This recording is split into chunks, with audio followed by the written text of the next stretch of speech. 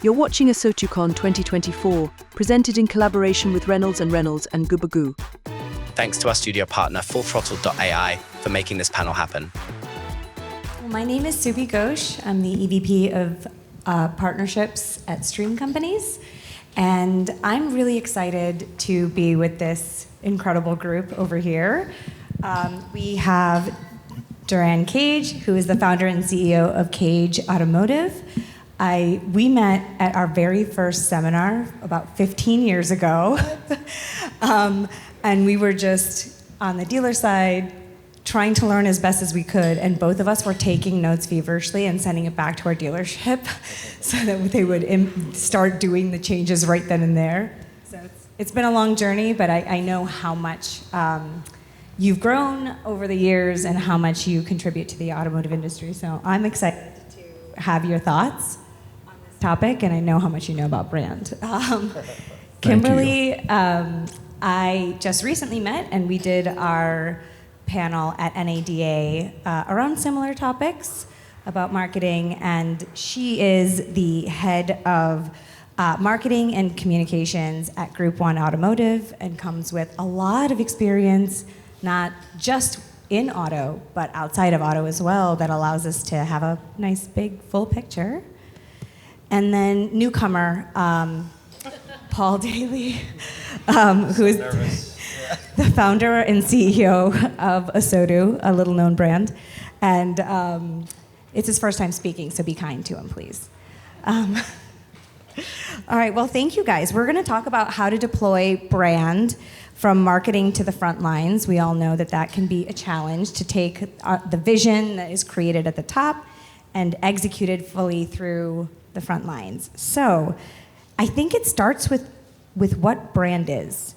And what I've learned is that everyone from their experiences defines and executes brand differently. So let's start here and go all the way around. So Duran, you first. What is your experience with brand? What is brand to you? Hello, everyone. Thank you for being here. So when I think of brand, and what it means, I think about the shoes that we're wearing, right? But I say in 2024, when I think of brand, it's not about what we're telling everybody what our brand is, but it's what we're showing everyone what our brand is. And so during our prep, when we talked about this, it's simple things like when we're at Chick-fil-A, what is part of their brand message that we hear when we go through Chick-fil-A? My pleasure, right? And so you think about those things and then think in terms of your business. What is it when you're talking to your customers or when your teams are talking to your customers? What are some of the words that they're saying that connects them to your brand? Without the customer know they're trying to push a brand, but they can feel it through that authentic experience. To me, that's what shows a brand. I want to talk about brand, but before we do that, I would love to get to know this group just a little bit better. Who in here is from an OEM? Okay. Kind of top of the food chain as far as brand, right? Who is part of a store, a dealership? Okay, fantastic. We have a lot to talk about because I think I'm still figuring out what the role of brand is at Tier 3. And then who's a business partner? I can't stand the word vendor. We buy paper towels from vendors, right? Okay, so I kind of grew up in the world of brand, so I'm very pro-brand, even to the point of being a little bit strident. And I spent most of my career in lifestyle and grew up in the backyard of Nike, so I'm kind of seen it. And in auto, which I'm still relatively new to, I'm kind of learning about the way brand changes. And my definition of brand has evolved. I think growing up, going to school, studying brand and marketing, my little phrase was, it's what people say about you when you're not in the room. And I still believe that, but I have a slightly different point of view. And then I think it evolved to brand is what and who you actually are, to your point, like how you behave. Then it's what people say you are. And then the most important thing is what people believe you are. But I think over the last 2 or 3 years, my point of view has changed to something far less passive. And I think brand is a platform for action. everything from like kind of heady stuff, like what's your brand architecture, but more importantly, like that day-to-day kind of visceral stuff, like what's your culture, what's your vision, how do you show up to each other, and how do you show up to your customers and people you would love to become your customers. All right, now you got me thinking, like, you know, I like the way you just broke it down and you made it a little bit more operational friendly, as you tethered it to a few different things, right? Your culture, your operations, your customers. I think about brand in terms of just, it's a gut feeling that people have about you. And that could be about you as a person, your store, the product that you sell. I think most people don't think enough to process how I feel about this brand. I feel like that's, someone who thinks about it that way has already gotten like to step 7, but we have gut feelings about things all the time. And that's people's intentions, and I think that just translates in the brand as far as a product, a company culture. It's more of a gut feeling, and I think the gut feeling interpretation of brand happens millions of times a second. And I think that like the more we define it, the fewer times those things happen. If we say it's like, you know, the definition of this, or it's what you believe about that, I feel like there's a lot of mental processing that happens between gut feeling and that. So I think at the core level, the gut feeling is what I try to think about. What I love is that you're all talking about the same thing, but have such different views and approaches, which is, I think, what makes it so complicated to have a strong, memorable brand. And let's tie that to right now. So yes, brand is important for a business, and we're going to get into some of the specifics, but why is this topic so important right now? Paul? A couple reasons. One, like, the jig's up. People are focused on how they feel when they buy a product, right? The price is important. Payment and affordability is important. But once you take away that layer, all the other things are in consideration. Gen Z is now a strong purchasing demographic, and they were just raised in an environment where we talk about why we buy the things we do and that they represent us. And that goes from the candy bars we eat, if we're talking about Mr. Beast Feastables, right? If you don't know what that is, look it up. Mr. Beast Feastables. He's taken on Hershey head on, and he's doing really well. And when people eat a Mr. Beast Feastable, they're making a statement about who they are and what they care about. I think that transcends so many things in culture, and so I think that's why it's more and more important. And also, not just the product we buy, but where I work and why. I love that. Did you have something to add? Okay. You want me to go? I mean, I'm happy to. Okay, so I think there's so many reasons why it's important. There's some tactical reasons and there's some bigger reasons, right? So a lot of us are part of stores, and we are phenomenal 30-day entrepreneurs. But guess what? Brand is enduring, okay? And it lasts. And if we get it right, it is going to determine the health of our business. And I've worked really, really, really hard in auto to graciously share with my colleagues that brand is a growth lever. In fact, I recently gave a presentation to some board members, and I found every data point I possibly could to really get that over the top, because I think sometimes in this industry we look at brand as really squishy. I think we've also, myself included, have made a really big flaw over the last few years, and that we have got to get off the diet of performance-based marketing. I'm not saying it's not important, it is. But if we don't feed the funnel at the top and we don't have strong brands, then guess what? There's nothing down here. So I have this little phrase that I did not write, so I'm not going to take credit for it. A friend of mine did, but it was so perfect. You know, if we just rely on performance-based marketing, that's like day trading, and brand is compound interest. And if we don't invest in brand, we're just selling units, and it puts tremendous pressure on a business, right?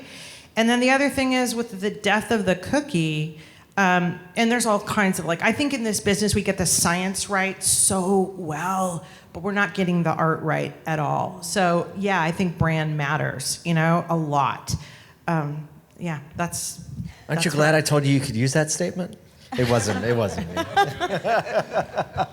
That's such Really a good. really good way to position the concept. Thank you for that. Before we move on, I know you've been itching to say something. Okay. I want to speak from I like to speak from a dealer's standpoint, right? Because there's some dealers in the room, so I think that's important. I'm looking at profitability and margins in 2024, and then if we look at 2025 and 2026. And so even right now, most of you in this room, if you're a dealer, you're having to watch your profit margins, especially when it comes to advertising and marketing, right? And so that channel, to Kimberly's point, which she was just saying, it's too expensive. If you notice right now, most of my dealers in the room and the people watching this later, you cannot spend enough to make up for lack of brand or lack of training or lack of people. You just can't. So it makes sense that if you don't have a brand right now, invest in that, get with your team and do that. And if you do have a brand, double down on it, to your point. And then the second thing that I'll say, coming from a consultant and as a trainer, is that one of the big things that we see in our industry is we're having a hard time getting the right people. Is anybody feeling that? Raising your hand. Maybe it's just, okay, we do have some honest people in the room. It's hard. It's hard. I said good people, not hard to find people. And so the best way to get great people to join you is through brand. Think about this next gen that's coming up, you were just talking about. That next gen wants to be part of something big. They want to be part of Mr. Beast. Yeah. They want to be part of something huge. So you have to look at your dealership, and even us as vendor partners too, we have to look at our brands and make sure that that message aligns with the dealers and make sure the dealers' brands aligns with the consumers. I couldn't agree more. Sorry, Kimberly, go ahead. I just thought of something when you were both talking. I think sometimes this word brand, it's a big word, and there's a perception that it's expensive, and it doesn't have to be. Sometimes it's just those little thoughtful moments, and something as simple as you go get your car serviced, right? How many times have you gotten back in your car and you have to readjust your seat? How about putting it back to where the driver had it? So, if brand is behavior and if brand is emotion, it can be expensive, but it doesn't have to be. But I think all of us have to figure out what our brand is. What's our differentiator? What makes us special? And you either uncover it, you sort of like uncover it with some really hard work, or you just take a stand and decide what it's going to be. But brands are kind of built from the inside out. And so one of the things, a tough lesson I've learned throughout my career is that brand is not the purview of marketing. You might kick it off, you might help be a catalyst, but if it's the purview of marketing, stuff will fail. I've launched some kick-ass campaigns in my career where we had non-believers internally, and guess what? They weren't as successful as the ones where people really felt, galvanized and excited and, were really kind of holding hands and launching this thing together. I want to build off of some kind of a little bit of each of yours. And a topic that we talked about when we were prepping, I just don't understand why we do not treat dealerships like the multi-million-dollar businesses they are, the philanthropic pillars of community that employ hundreds of people that the dealership is, and we treat it like, oh, it's a dealership, it's different. And so we don't put a lot of the structures in place. So some of the things that you guys were talking about in your definitions are, it's a feeling, it's the culture, it's all of these little things that tie down to the front lines. But in order to get to those things, you all have highlighted and armed me with some of the things that build up to the feeling. It's putting in those structures and processes and material and collateral. So what are the most important pieces of that structure that if somebody doesn't have a defined brand, they can go back right now and they can take some action to get maybe step 1, step 2. What are the things that they should be thinking about immediately if they don't feel like they have a really defined brand? Intentional strategy. That's it. Most people don't spend any time and they don't allocate any budget to brand strategy, right? I have a lot of nodding heads in the room. And there is no other area of business in a dealership that is approached that way. When we talk about fixed operations, we understand that there's an infrastructure expense to developing service bays that have a technician in them that generates revenue. It's very clean, and that investment will be made with a strategy on what we expect from it now, what we expect from it in 1 year, 3 years, 5 years, and as a resale value. We understand that, but brand strategy is often left out because it's easy to say a few things, to have a creative idea, and to get excited about it, because creative is fun to get excited about. And it's easy to do that and just run. But what happens is, without a defined strategy, we don't understand how it translates to employment, or how we even want it to translate to employment, what we expect out of content we create, and how it serves both consumer-facing and employee-facing. We don't talk about how having a common vernacular, we say these words for this reason, and talk about that on a regular basis, what impact that has on internal communication and retention. And that all ties back to strategy, and I see that as the biggest deficiency, and that is both time and money. Absolutely. Right? And that's hard to do because, like Kim said, like in 30 days from now, guess how it's gonna look? The same, right? And in 90 days, it might feel a little different, but it's hard because you don't really see the full, like, compound interest, right? Watch that account. See how exciting that is. It's already catching on. That's it. Compound. Yes. So brand strategy. We do brand guidelines at our company. Here's what you say. Here's what you don't say. Here's how to talk about the company. When you create those raving fans and advocates of your company, it becomes so much easier. It's not even budget at that point that you have to take away. It's just intention that you have to put into it. What other elements do people need to define as part of the brand strategy? Is there anything that we should arm our front lines with? Anything that comes to mind? Go ahead, John. I'll go. Yeah. Of course. So I'll pivot from Paul and say it's definitely be intentional, but I want to encourage us to be intentional with our brand strategy with our employees first. Absolutely. Okay. So because a lot of times we'll see a CMA, we'll see some successful company dealer groups out there, and we go all in after that. Like, we can be that. No, we can't, because we have to take one step at a time. And so what I would encourage is get the brand strategy with your employees look like.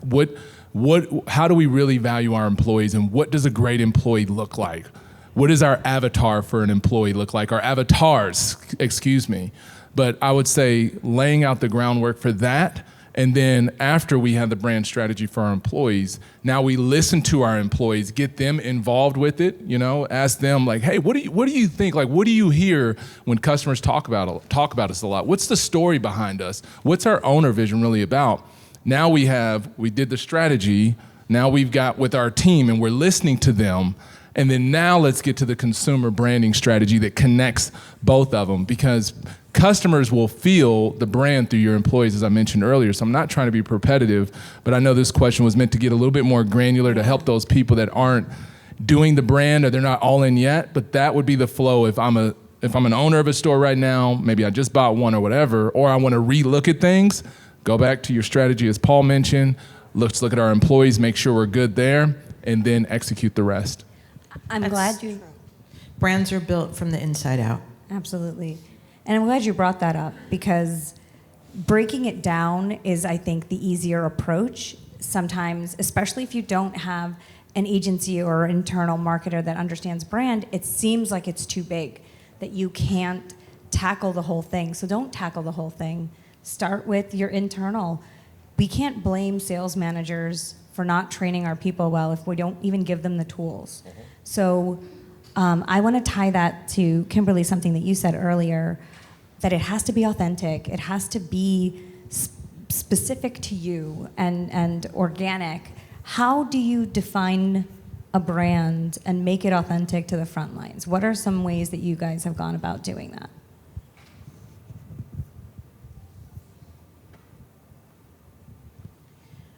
I think it's developing a really clear understanding of your customer, and it's your internal customer as well as your external customer. and it's getting deeper around what their pain points are and how you might be able to alleviate those pain points. I did some research a while ago on internet sales, and yeah, everybody wants to participate at some level because they want a faster process, right? But that was a very quick, almost kind of cosmetic understanding of the customer. And we did some research and we dug a lot deeper. And what we really learned was, of course, everybody wants things a little bit faster. But a lot of people are really uncomfortable with the process. They're either uncomfortable with the process in store because they've had a bad experience, or they're uncomfortable with the process because it's such a highly considered purchase. And so by digging deeper and understanding that people were uncomfortable, it gave us the opportunity to understand customers in a different way, or potential customers in a different way. And we actually created some personas and then started looking at those personas and how we could alleviate those pain points. So it's not easy, but it's work worth doing. Absolutely. You guys can't hear it, but every 5 seconds there's a There's lots of grunting of agreement. I want to take notes. Jump in. He said he wanted to take notes. I'm trying to recover from that comment. I was talking about how do we make it the brand? Right? We see this a lot where top brass makes decisions. Mm-hmm. We define things, we hand it down, and then this front line has no idea or why we're saying what we're saying, and it doesn't speak to who we authentically are, which means the customer experience is something that isn't feeling like it's real. It doesn't feel believable to me. How do we bridge that gap? How do people walk out of here thinking, okay, this is how I'm gonna make my brand more real, more tangible, better reflective of our entire organization? I think for the sake of being helpful with the time we have, a lot of people, raise your hand if your company has a mission statement. Keep your hand up if you think if I asked 3 people in your company, they would give me the same thing back. 1, 2, good. So we got about like 5%, and most of you are from some of the same 2 organizations. So, I feel like brand starts with, like, from the top. It does. But a lot of times mission statements are in a frame. They gather dust. They're on page, like drop-down menu on the website somewhere. They're unfamiliar. And so I think the more helpful you can make your mission statement, and when I say helpful, I mean short.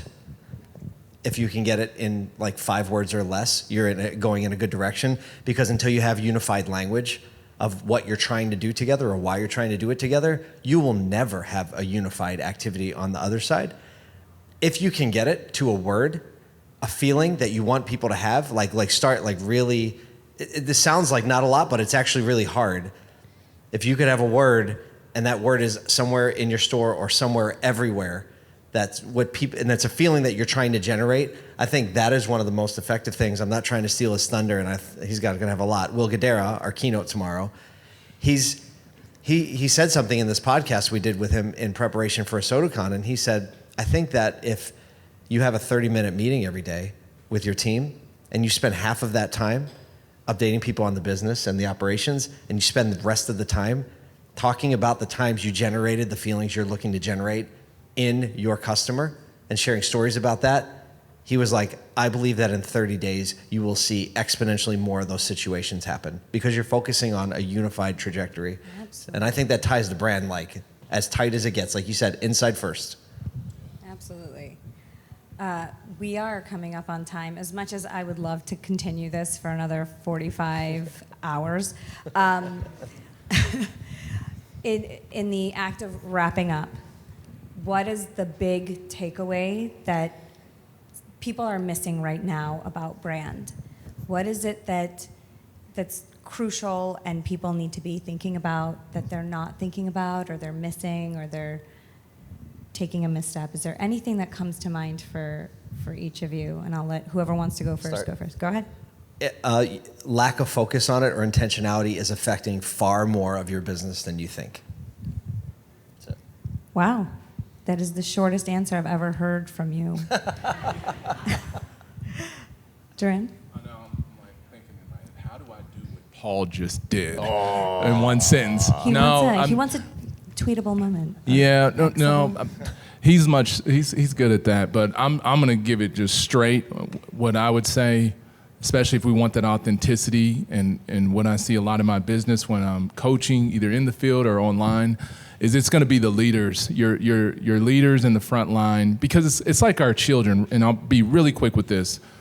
When my son sees me doing things, that's who he becomes.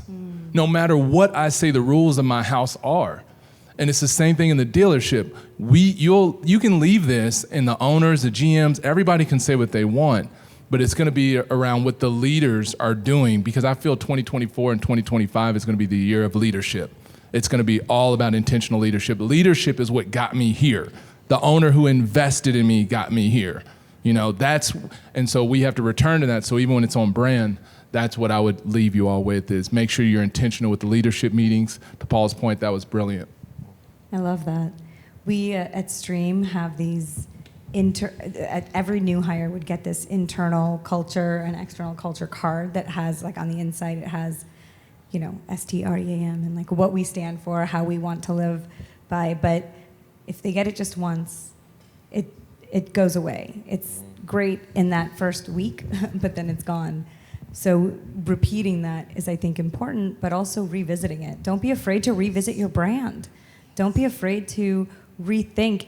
We've changed every 6 months. We've been a different company. So we can't use the same phrases that we used a year ago. So I think a lot of times we're afraid to touch it, like this, once I have my colors and my mission statement and my tagline, like, we can't touch. No, make sure that it reflects you and update it. So you just made me think of that. But Kimberly. Well, and I think to kind of piggyback on what everyone said, make the time to do it. Yeah. And revisit it, because your customer's changing, right? It's worth like revisiting every few years and make sure you're in step with. I kind of look at customers a couple of different ways. Who's our current customer, and who's the growth audience for the future, and what might we not be doing, now to kind of incubate that group for the future. Brand is really special, but it's not precious. So make the time to think about it. And brand is not marketing. Marketing is an extension of your brand. But if we do our jobs right and we have a strong brand, we can take people and hopefully turn them into customers. And if we do our jobs even better, those customers are going to be fans and advocates. And if we're lucky and we do it again and again and again, they will become promoters, and they'll do a better job out there in the marketplace than the dollars that we invest in marketing. I want to add on to that. I love the way that you said that, but you can do the same thing with your employees. And I've never been more activated to speak about a company and take pride in my company than I am in the last 7 years of my life. That has a lot to do with our leadership, but it's also that I'm constantly having new ways and new things that make me excited, which makes me then share it a lot more and a lot louder. And you can't buy that kind of advertising. So same, internal and externally, I think you could do the same thing. Thank you all so much. Any final words before we wrap up? No. You had your one statement, so you're like, I got it. I'm going to be quiet. Yeah. Well, thank you all so much. And I'm sure if you guys have questions, you can see them.